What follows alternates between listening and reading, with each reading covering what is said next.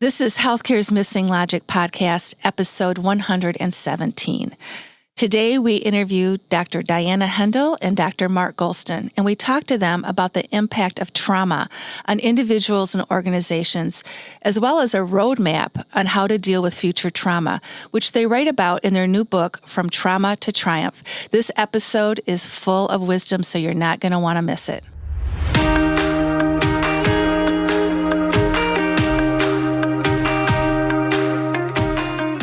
Welcome back to Healthcare's Missing Logic podcast.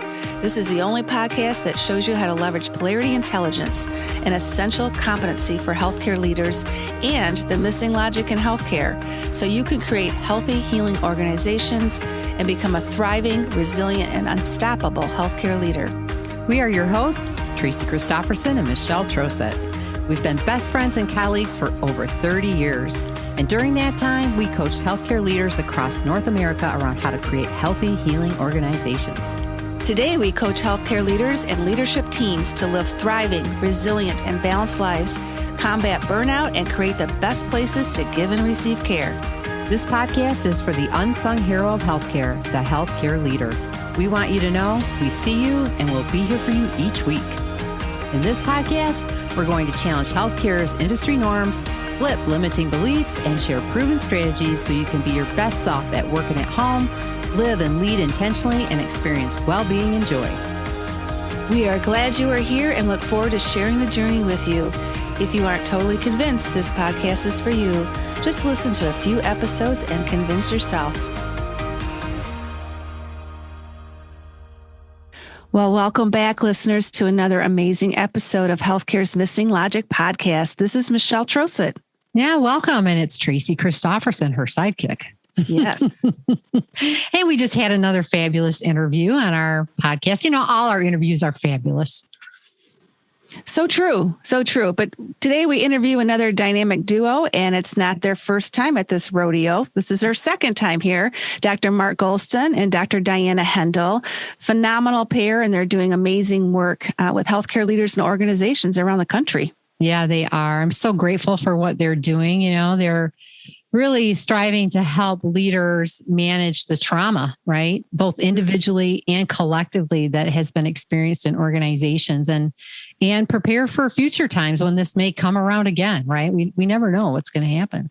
That is so true. That is so true. So what's so unique about them is they bring two different experiences. One, Mark is a phenomenal psychiatrist with an incredible background, and Diana is a healthcare leader that has lived through trauma. So you put those two combinations together, and they just have so much to teach us all, and we need to listen to that right now. Yeah. And, you know, I think what I appreciated too in our conversation with them and what I've appreciated just getting to know them a little bit is just their deep respect for each other, you know, and just their story about how Diana just reached out to him. She didn't even know Mark, right? And just reached out, right? On a whim, like, you know, because she respected him so. And now he has come to respect her. And so it's just, they have such a great relationship and partnership. And it's always fun to be with people like that. Yeah, absolutely. Yeah. Yeah. So how about we reintroduce everybody to Mark and Diana? How's that? Let's do it. All right. So Dr. Mark Goulston is a founding member of the Newsweek Expert Forum and Marshall Goldsmith MG100 Coach. He works with founders and entrepreneurs and CEOs in dealing with and overcoming any psychological or interpersonal obstacles to realizing their full potential. He is the co-author, along with Dr. Diana Hendel, of the Why Cope When You Can Heal, How Healthcare Heroes of COVID-19 Can Recover from PTSD, and their new book, Trauma to Triumph, a roadmap for leading through disruption and thriving on the other side. As well, he's the author or co-author of 7 additional books, along with his book, Just Listen, becoming the top book on listening in the world. He is the host of the My Wake Up Call podcast and is the co-creator and moderator of the multi-honored documentary, Stay Alive, an intimate conversation about suicide prevention. He's an advisor to No Worry, No Tension, and a leading company in India focused on emotional wellness, and the co-creator of their Goulston Vohra happiness scale. I don't know if I said that right, but I tried. He is a UCLA professor of psychiatry for more than 20 years with a subspecialty focus on suicide prevention and helping the surviving family members following a completed suicide. And also, he's a former FBI hostage negotiation trainer. Wow. He's a phenomenal man. Yes, he is. And his sidekick on today's podcast interview is Dr. Diana Hendel. And Diana is an executive coach and leadership consultant, a former hospital CEO, and author of Responsible, a Memoir, which is a riveting and insightful account of leading during and through the aftermath of a deadly workplace shooting. She now has gone on to co-author the 2 books that Tracy mentioned with Mark. And she continues just to share her wisdom with healthcare leaders and organizations throughout the country. And as the CEO of Long Beach Memorial Medical Center and Miller Children's and Women's Hospital, Diana led one of the largest acute care trauma and teaching hospital complexes on the West Coast. And in addition to that, she has served in leadership roles in numerous community organizations and professional associations. So without further ado, here's our interview with Mark and Diana. Well, welcome back to the podcast, Mark and Diana. We are so excited to have you back with us. Yes, we are. Oh, thanks for having us. It's great to be back. I'm surrounded 3-1, so ladies first. Go ahead. Oh, that's great. Well, the first question we have is we want to know a little bit about the Mark and Diana journey since the last time we were with you two, and that there's a next book on the horizon, and you two just seem to be on a roll with this book authorship. What's next and what's happening? Well, Diane and I have been both busy. The 2 books were kind of a series. The first one, Why Cope When You Can Heal, which we talked about in our first episode, was really about what's going on inside individuals and the trauma inside institutions and how to get people through the trauma. But our most recent one, Trauma to Triumph, a road trip for leading through disruption and thriving on the other side, that's about how do institutions and organizations, if possible, instead of running from the pandemic, which people want to do, how can they learn lessons from it so that they're ready for the next crisis that hits them? Yeah. And so tell us a little bit about what you've been doing in between writing these books. Yeah. Have you been having some fun? Oh, yeah, lots of fun. We've had the opportunity to do a number of different speaking engagements and podcasts together, and then each of us as well, working with clients and individuals. As Mark said, these are kind of 2 books. Really, it was serendipity that our paths crossed. You'll see behind Mark the title of one of his early books that I was exposed to, Just Listen. And it came at a time in 2009, really an important time in my life.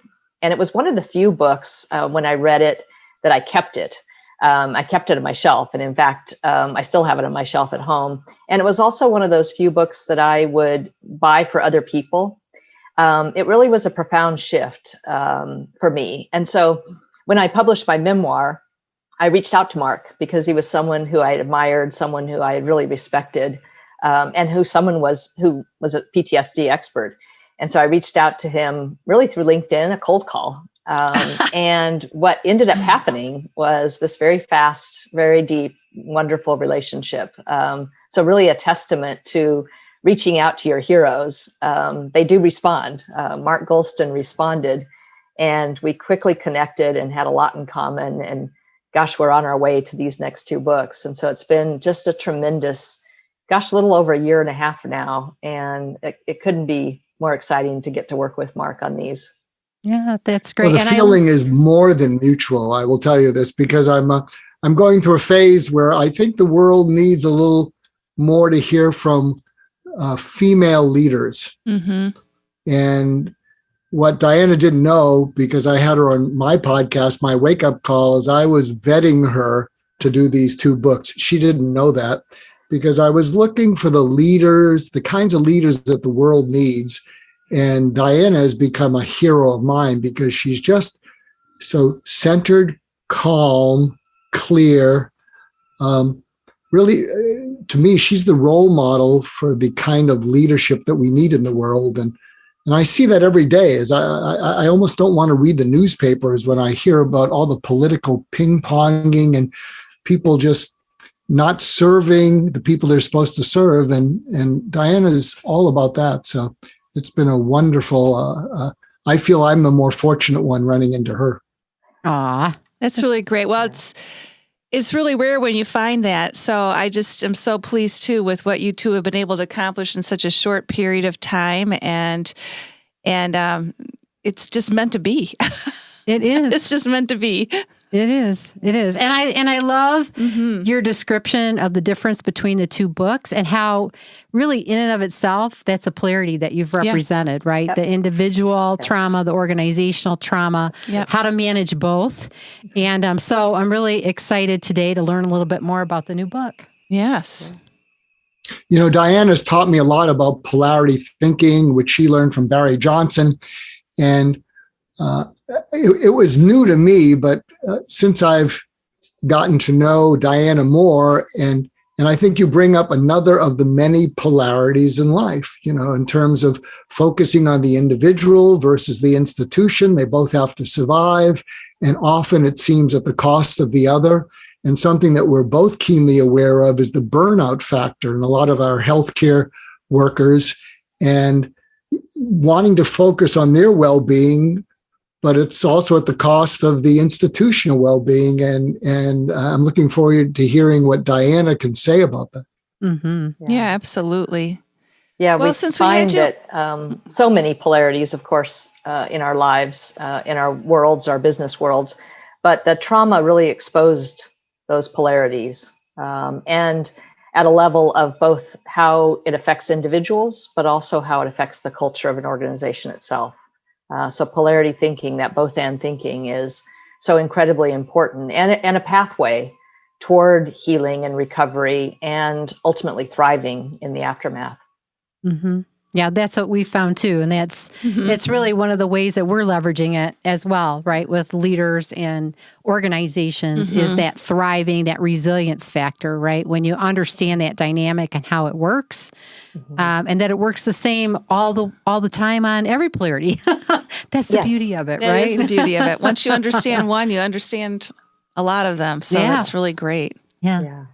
Well, tell us about what you've been learning about since you wrote the first book, about the major trauma on individuals. Like, fast speed up to today, what are you finding? What are you learning now about the impact of that trauma on individuals as a result of COVID-19 in June of 2021? Yeah. Something I've been talking about, and then I want to hear from Diana as much as the two of you do, is there's a number of people who really are excited to get past the pandemic, but there's also a sizable population that are feeling listless. They can't get productive. They were expecting to hit the ground running, and there's a sizable amount of people who are hitting the ground limping. And one of the parallels that we've made, and I brought up in some of the interviews, is that we all remember final exams in high school or college. And after you went through the 1 week of finals, when it was all behind you, you expected to be excited, but instead you collapsed. And COVID is, if you think of it as a year, more than a year of final exams, and what we had to sort of use to get through it is a fair amount of adrenaline, a fair amount of more testosterone than men or women had. And then what happened is, now that the finals seem to be over, the combination of all that adrenaline to deal with the danger and a little bit of that testosterone to aggressively get through things, when the danger goes away, those go away. And instead of being able to hit the ground running, you just feel like you want to collapse. But people will get through this because we've always gotten through it. But we're noticing a fair amount of that a number of people, and I don't know what you hear from your side, But, you read that there's a number of people leaving healthcare, a number of people leaving education, a lot of people that just need a longer break, maybe a permanent break. So that's part of what I'm seeing. How about you, Diana? Yeah, I'm certainly seeing it in some ways, maybe as a wake-up call. Some people are reevaluating their lives and their perspectives. Some are seeing how they want to make changes in their lives. Others have been affected so deeply that they are needing to take time away to recover. So I am seeing a lot of that both and, that people have been impacted and in some case are suffering from exhaustion, weariness, just overload. And that chronic overload has really taken a toll. And I see hopefulness and kind of a reemergence, and both really happening at the same time, sometimes even within the same person. But both exist in our society. And so we'll hear messages of, well, let's not, we can't just let the last year, we can't forget the last year, we still have suffering, and others that are, just put that in the rear view, we need to move on. And that's a classic polarity in both individuals who are traumatized, but also organizations that both can exist at the same time. Oh, yeah. And we hear the same thing. We do. And I'm glad you brought that up, Mark, because there are people, that need the rest, right? They just need to rest because they've been so hyper vigilant and so, active, kind of mentally, emotionally, right, charged for such a prolonged period of time. It's kind of like, popping the balloon, right? It's like all the air's let out of them. And they don't have it right now to even take the next step, right? They need that recovery, that restoration phase, I think. Yeah. And a lot of the leaders of organizations are beginning to realize that as well, because they realize it's going to be I think one of them we talked to recently was a sustained recovery. Like, this is going to take time to kind of get through this next phase. And then that kind of brings me to, what are you seeing in organizations? How is that type of behavior and kind of the human response to the whole pandemic? How's that impacting organizations that you're talking with? Yeah, without a doubt, seeing some common patterns, some common signs and symptoms that are kind of hallmarks of trauma in any organization that's been traumatized by any kind of trauma. Of course, there's different gradients, if you will, or degrees, but most organizations that have experienced trauma, either to them or within, and initially there's a lot of camaraderie and teamwork and altruism. There's a lot of bonding.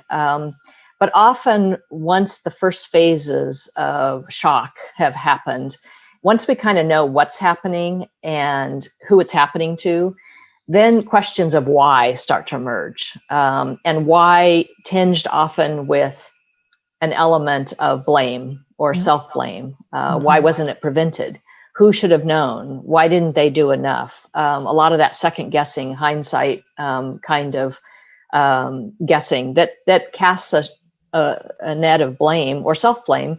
Sometimes guilt, certainly in healthcare, guilt about, could we have done more? Individuals may ask, or organizations may ask. And then sometimes shame, depending upon the type of trauma. So we see these hallmarks, and because we all experience the same trauma, but we don't experience it in the same way, there's lots of different points of view, and often diametrically opposed, 180 degrees. I mean, two ends of the polarities. And so then rifts and polarization deepen, sometimes deep divisions within an organization. And with that, if there's not a way to leverage and move forward in a third way, if there's not a way to make space for that, then it becomes unspeakable, that we just can't talk about it. And it seems to disappear, but I think we all know that things that aren't talked about doesn't mean that they don't lurk and linger and haunt organizations. So they affect the culture of the organization. And that's largely what we've written about in our book, is about that impact that's so common to most organizations that have been traumatized. So. Yeah, that stuff just goes underground, right? Something that we talk about in trauma to triumph are the 4 F's in trauma. So a lot of people are familiar with flight, fight, or freeze. But the 4th F is friendship. And Diana's alluding to that. At the beginning of crises, we pull together and there's that friendship. But then a lot of these divisiveness happens. And what I'm noticing is that one of the things that a number of individuals don't want to do is what they need to do, because people tend to want to just withdraw. Right. And there's a saying I've heard from the 12-step community that when you're in your own head, you're in enemy territory. And I think when you withdraw, it feels like such an effort to have a conversation. And yet that's what you need to do. And I think leadership needs to know that, because once you start to open up people and they share their experiences, they often feel better, but it's not something that they necessarily want to initiate. But again, the more they withdraw, the more the trauma can sort of keep recycling in their own mind and make it difficult to push through. Yeah, I agree with you. And I think it gets harder and harder, right, to connect with others. The more you isolate, the harder, the more effort it takes to connect with somebody else. And I think that's, one of the things that Michelle and I have been talking about too, is our concept of Polarity Intelligence, which is about the healthy relationships that are necessary to move an organization forward, and the ability to have the meaningful, deep dialogue about the things they're polarized around, right?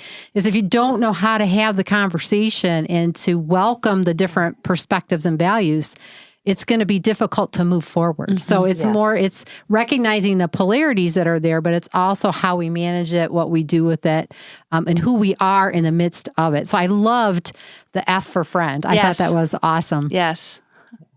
So important. Yeah. Something we've been talking about, and I've mentioned it in some other interviews, is something called calendar effectiveness training, because people guard their calendars. When they have an appointment, you generally don't flake out because you want to be responsible, and you can calendar your different roles in life. You can calendar, this is going to be connection time. This is going to be focus on moving the organization time. And I've run into people who have been quite creative. And as someone recently told me, they said, none of our roles in life compete for importance. They all compete for time. When I'm a leader, that's my most important role as a leader. When I'm a mom or dad, my most important role is being a mom or dad. When I'm a coworker. And so they've gotten very creative by making sure that in each of the places they calendar, they do their best to be present, because if you drag in one role into the next, you're too exhausted to deal with your children, or you're too exhausted from your children to deal with work, then you end up cheating everyone, including yourself. And that can start to take a toll on you as an individual. Mm-hmm. Mm-hmm. Yeah, those are great action steps to serve both sides of a polarity, right? Well, and caring for self and caring for others, right? Which you had quite a section in there on self-care, which is a critical element, right, of recovery and moving forward. So, and of course, we appreciated your whole chapter on poor decisions that occur from polarities. Oh, yes. Yes. Love that chapter. Yeah. And you highlighted, the kind of the national polarity, right? The polarity around the economy, and then the healthy populace, right? Which we had a lengthy discussion with Dr. Barry Johnson on that. That was episode number 47, I think, for us.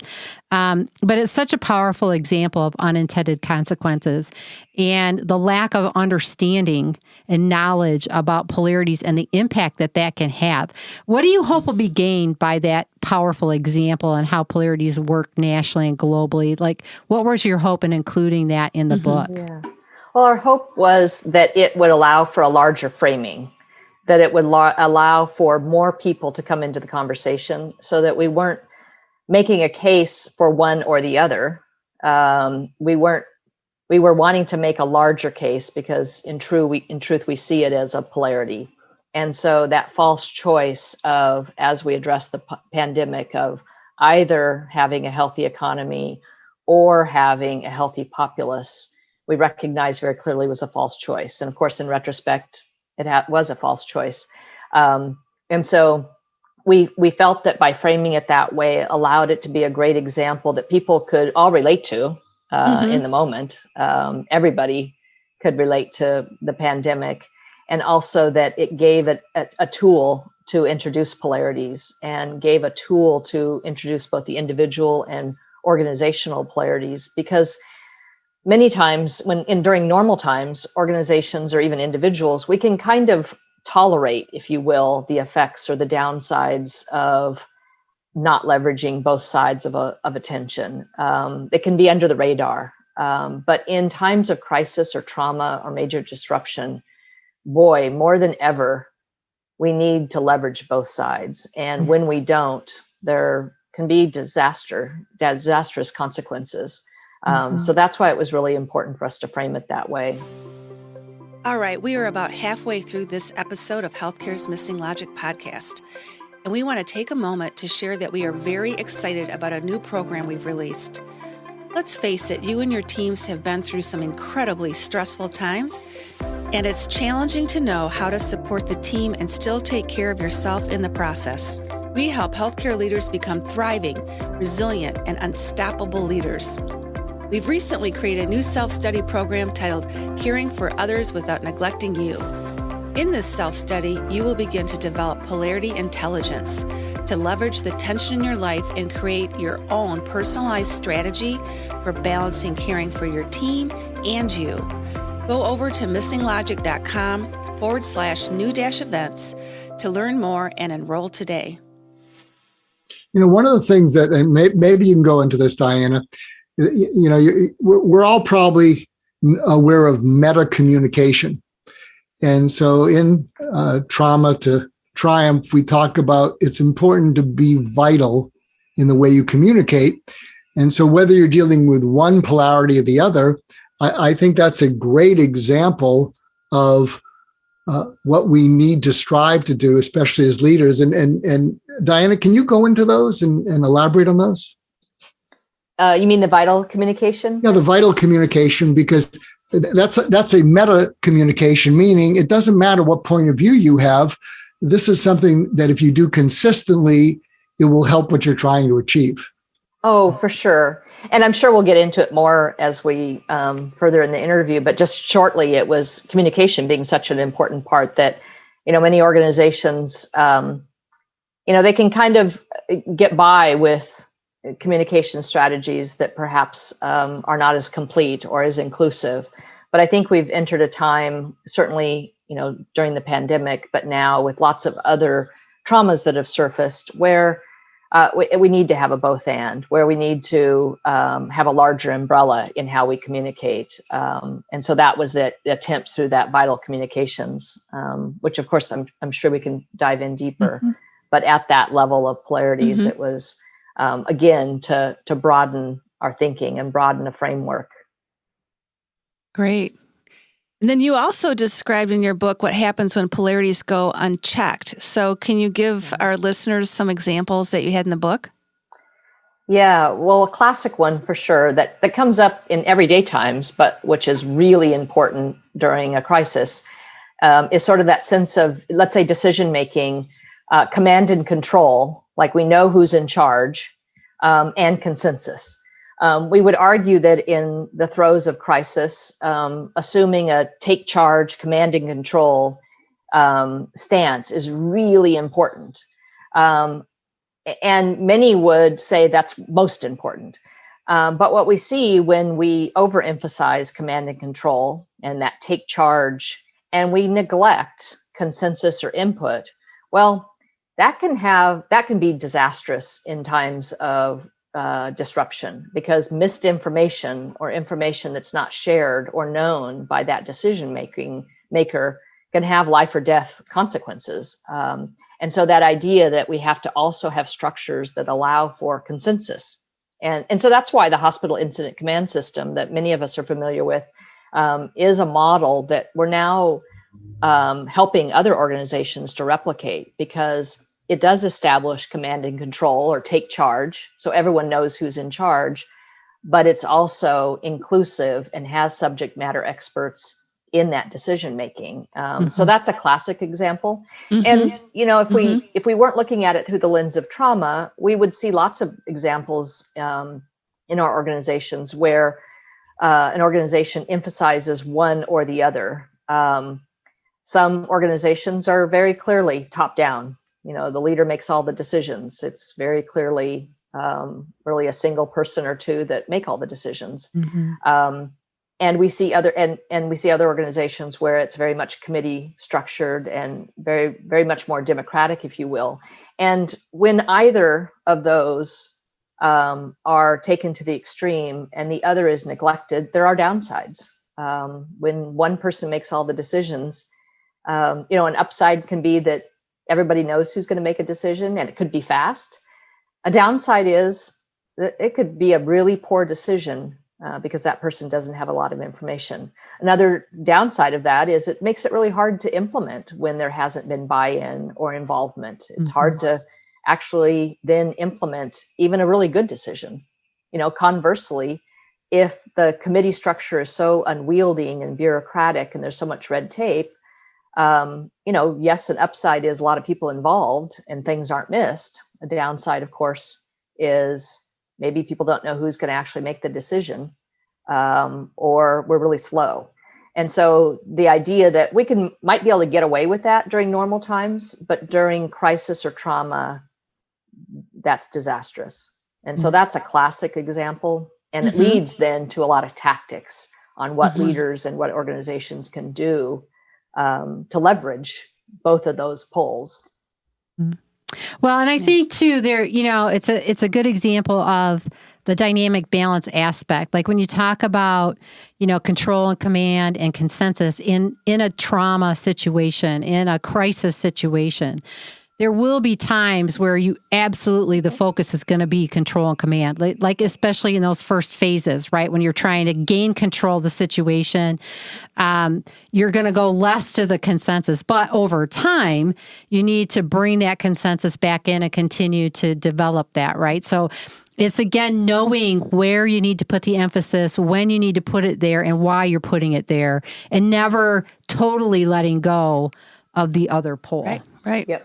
And if you have a structure, so like the hospital incident command structure, that is structured very much both and. It is structured to take advantage of instant command control, take charge, and a structure that has ability to have consensus as needed. And so you're not having to make it up at the time. You leverage each, maybe not completely equally, but both are in place. So that you're not making it up or developing it on the fly. You're not having to experience severe downsides that then now say, gee, we now need to add input. Then you scramble to add input. Or, oh, gosh, we're floundering. We need to designate someone in charge, a single person. That happens right up front. And so very much to your point, Tracy, you get to then very intentionally leverage each. Yeah. Yeah. You're not doing the pendulum swing. That's right. Right. Yes. And during a crisis, having to even make it up, even the pendulum swing is really difficult because you're having to make it up on the fly. And so if you can embed those processes in advance, then you're removing some of the stressors. You're reducing the variance, if you will, but you're also reducing the emotional stress on the very people who are in charge of moving the organization through and in the aftermath of that crisis. Yeah. Part of what I bring to the equation, because I'm the therapist by training, and as I'm listening to you, I'm thinking that during a crisis, what is going through your people is fear, and fear is looking for someone to be more command and control. But then as the crisis eases, what happens is if you don't tap into your people, the fear crosses into resentment if you don't ask them what they're thinking. and so another pendulum is between fear and resentment, or fear and loathing in Las Vegas, wherever it takes place most. But But I think Diana is speaking to that, during the crisis time, people are feeling afraid. So they want to, and they really need a central place to look to be in charge and take control. But then as that's easing up, you can see how as people come out of their fear, they're going to be resentful and they're not going to buy in if you don't tap into them. And that's why it's important to be able to have dual skill sets if you're a leader. I mean, there are some leaders who can only lead from command and control, and there are some leaders who can only lead through a consensus. And I think this is an opportunity to become a full dimensional leader. I mean, one of the things, which is how I see Diana. Diana is able to go back and forth between each of those, which is, why I'd follow wherever she told me to go. But then she'd ask me, okay, Mark, crisis is over. What do you think? And I think leaders need to be able to be come from both places. Oh yeah, definitely. And at the same time, different leaders have different strengths, right?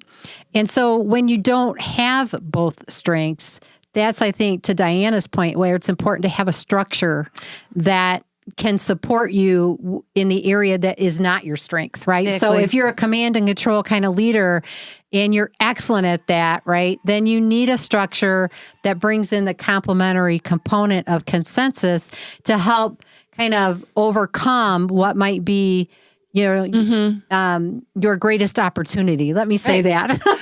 Yeah, right. Protect yourself from your own blind spots, right? Sure. So you need that partner or that infrastructure that is really there to support you in that holistic way.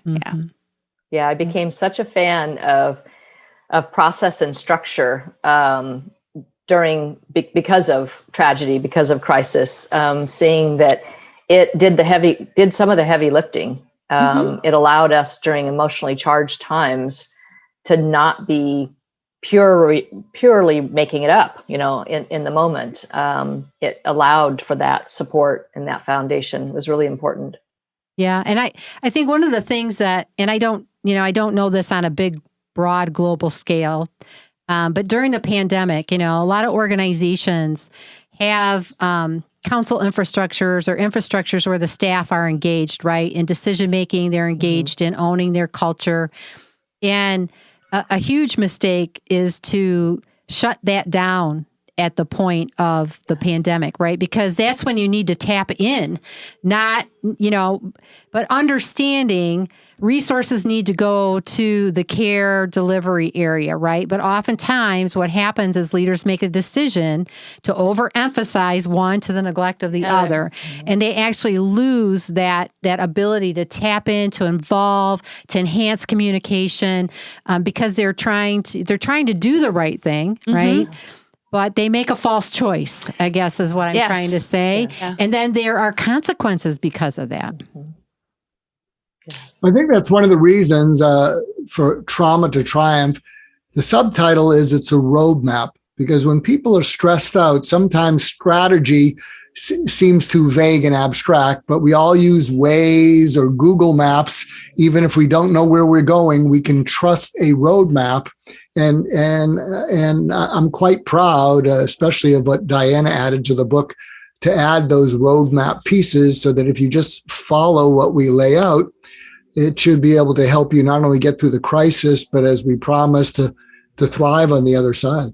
Yeah. And I think that's a great segue, Mark, because I think that's one of the really biggest values of the book is it does give people that roadmap. So can you guys share a little bit about the 3 different phases as a part of that crisis roadmap, when there's trauma or significant disruption in an organization?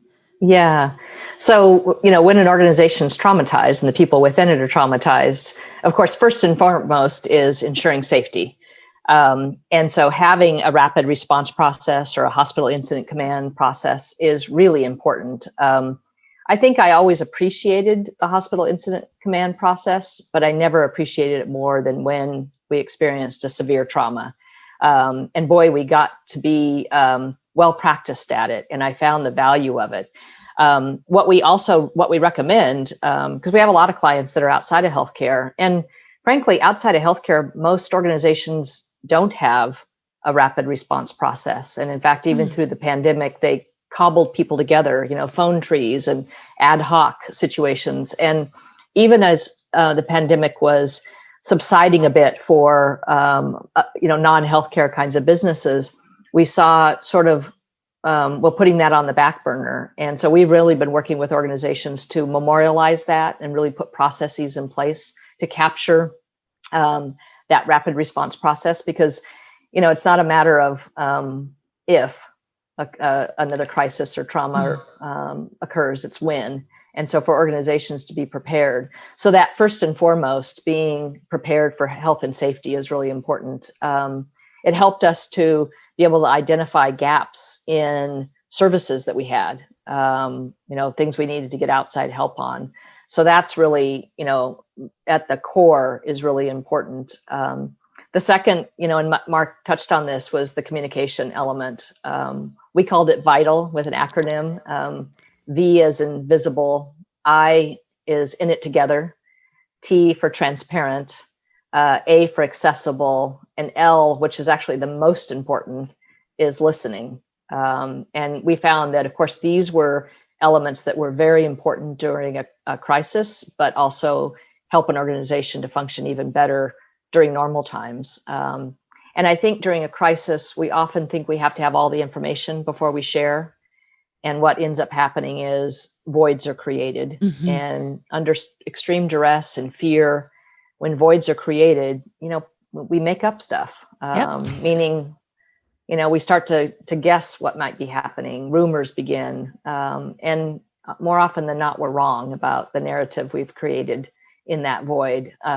So that importance of having information come quickly, even if we don't have all the information, even if we're saying, here's what we know and here's what we don't know. But addressing elephants in the room, addressing rumors head on, assuming that if there's silence, that doesn't mean that everybody's fine. But that listening part was really important. And that ability to listen for what we don't want to hear.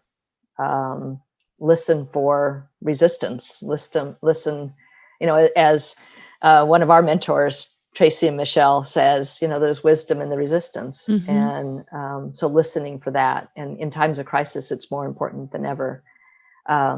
So those are elements that right off the get-go, right in that first phase, become exceedingly important.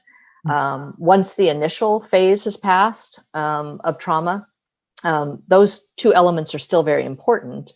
But it's really important to stop and do a look back or a hot wash, as we sometimes call it in healthcare, an after action review. And a lot of times, certainly in our culture, we're really oriented towards moving forward. And, we have sort of, we don't want to look in the rearview mirror, just move on. But there's so much value in doing that look back and really honestly looking at what went well and what didn't. Because it allows an organization then to put processes in place and repair, for the next time and often for the normal times. Mm-hmm. And of course, team building, we talked a lot about the camaraderie and the altruism that emerges early on, but also the deep division or potential for polarization. Organizations that fare and have fared well through the pandemic or through any trauma are ones that can capitalize on that shared purpose and meaning, mm-hmm. and that overtly do, that call it out, and that address that polarization is likely and possible. So we don't ignore it. We talk about it. Our ability to name and talk about what's happening is so critically important. And then I'll just, touch on decision-making was a game changer for us, and is a game changer for many organizations. But I'll pause there. But that, in essence, are the elements of the tactics that we've outlined in response to trauma. Yeah, spot on. Just wisdom. Spot on. Yeah. Wisdom. Such great wisdom. Well, and from somebody who's been there, right? Yes. So been there, done that, right, Diana? And the lessons learned are, lifelong. And I just think it's it's wonderful how the two of you have combined your experiences, your knowledge, your strengths to really serve people at this time of crisis and trauma for individuals and organizations and nations, to really help them look through a different lens and to see the significance of what's been experienced. So I just really thank you for your books. They're fabulous. Yeah, thank you very much. I couldn't agree more. And I'm going to go back to what I said in your first book. It's really simple to comprehend the way you two write in the easy checklists and laying out the roadmap. It's not to me, you don't get overwhelmed with a lot of protocols and details and heady stuff. It makes a lot of sense, and they're very well written. So I really appreciate that about the books, both of them. Yeah, it's like a conversation. It is. It is like a conversation. Yeah. We imagined it was a conversation that Mark and I were having, and that we wanted it to be accessible. We wanted it to be real, relatable, helpful. And if it was too heady, well, then it was going to be lost. Yeah. It wouldn't resonate. So we're glad that it's had that effect. Yeah, you had mentioned the element of buy-in, and we wrote the books so that we can maximize buy-in. And something that actually I spoke about in my prior book, Just Listen, that buy-in happens when people can make sense of a situation, when it feels like it would work, and then it feels doable by regular people. Like you don't have to be a super expert to do it. So buy-ins, when something makes sense, feels right, and then seems doable. So we've tried to carry that through in both the books so that we'll have more buy-in and people using it and helping them get through this and on to better times. Yeah, that's great. Well, before we end, we have a little new process for you that we're going to go through, and it's called the Missing Questions.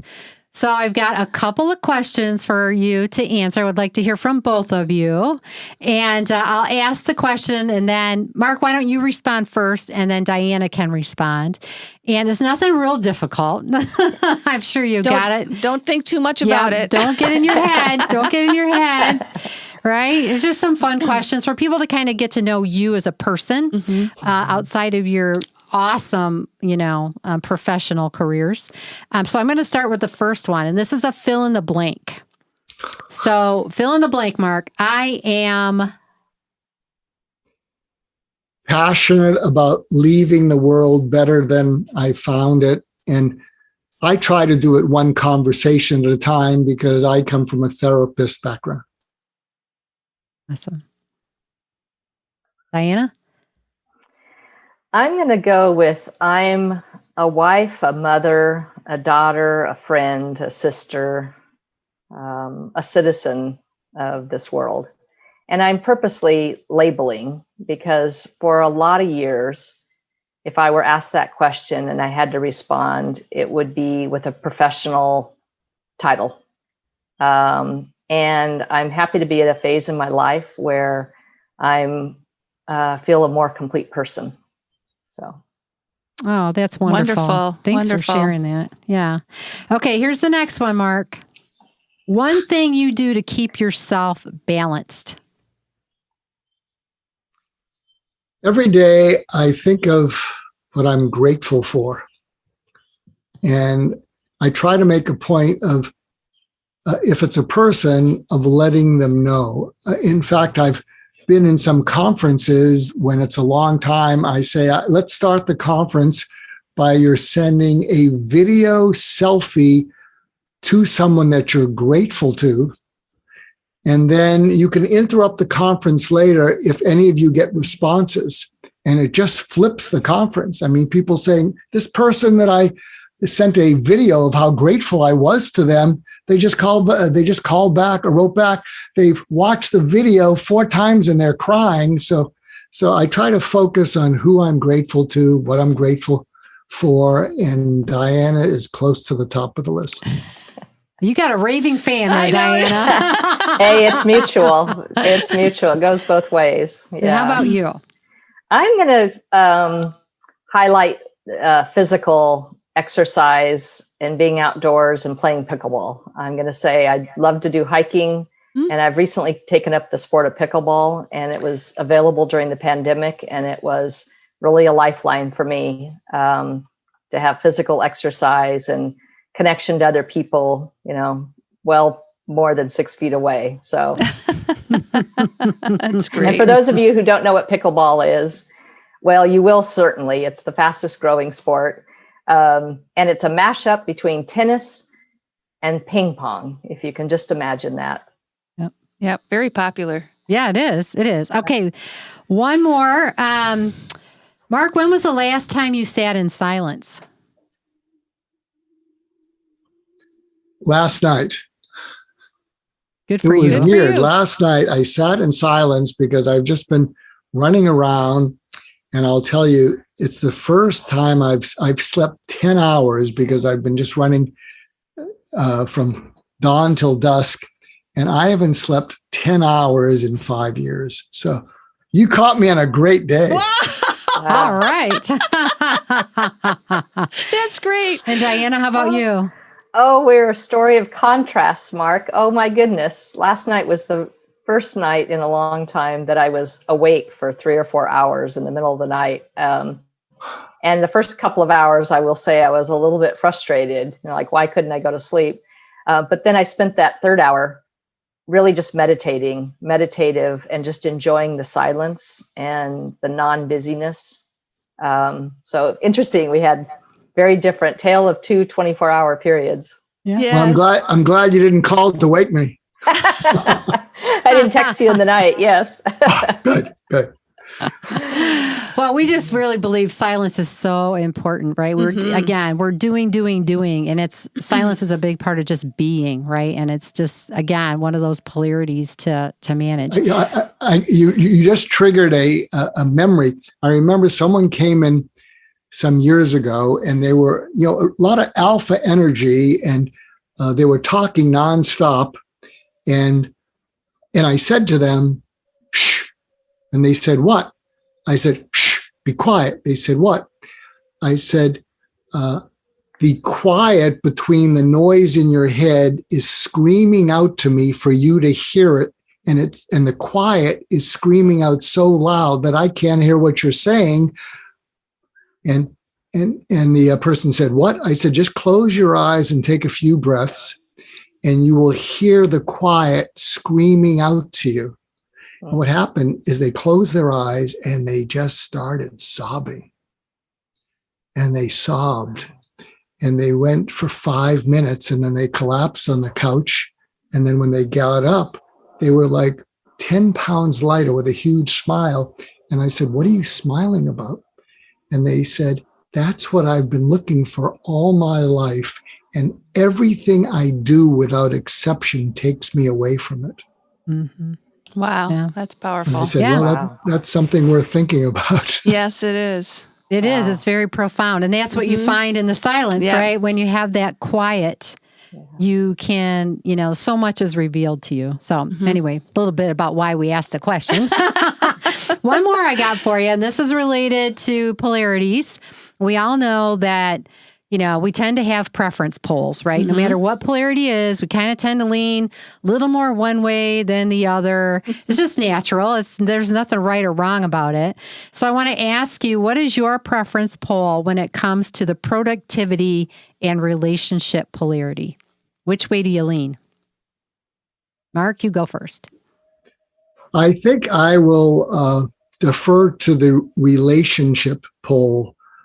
It's interesting. I'm something that's happened since we last met is I've become a member of Marshall Goldsmith 100 coaches. So I'm one of his 100 coaches, and we have breakout sessions when we have calls. And I was in a breakout session with 5 women, and I said, maybe I'm just, it's a matter of my age. And I said, one of the concerns I have with hard driving, wonderful women who have a lot of alpha energy is that it's tough to switch to being incredibly patient and incredibly warm with their very young children who need that more than activities and solutions. And a couple of the women in the breakout room, their heads snapped back and they said, you just hit the nail on the head. There's just so many responsibilities on us We can't drop any of them, but you're absolutely right. So I lean into the relatedness because I think it's going away in the world. Yeah. Mm. Yeah, Diana? I definitely tend to lean toward relationships versus doing. I mean, probably like lots of people, I like checking the boxes, but I much more prefer to connect to people. So. Well, thanks for sharing that. It's just kind of fun to get to know a little bit more about you and our listeners, to hear a little something different. So, Yeah. yeah. That was fun. Oh, Thank well, you. thank you again for another wonderful interview. And we're really excited to put this out there and bring that second book to the world. And we just love being with you guys because we're so well aligned. Yes. Yeah, we are. And what a fabulous interview. Thank you so much. It's just been our pleasure to be with you again. And hey, who knows when we'll have you back? Who knows? Yeah. Well, I just want to applaud both of you because from the side of the world about relatedness, we need more people who talk to and with each other as opposed to over at, or the worst case, down to each other. And you do an amazing job of talking to and with both us and each other. And I think you're just wonderful role models for that. Oh, Thank you, Mark. Thank you. Thanks. Anything else you'd like to leave our listeners with before we close? Just thank you. Thank you for your listeners for all the service. They've made a profound difference in the lives of a lot of people this past year. Yeah. So. And thank you to your listeners for the kindness that they find sometimes in the chaos, because the world needs all of it can get right now. Mm-hmm. Oh, it sure does. It sure does. Amen to that. Yeah. So with that, we'll say to the listeners, thank you for tuning in to another episode of Healthcare's Missing Logic podcast, and we'll see you next time. See you next time.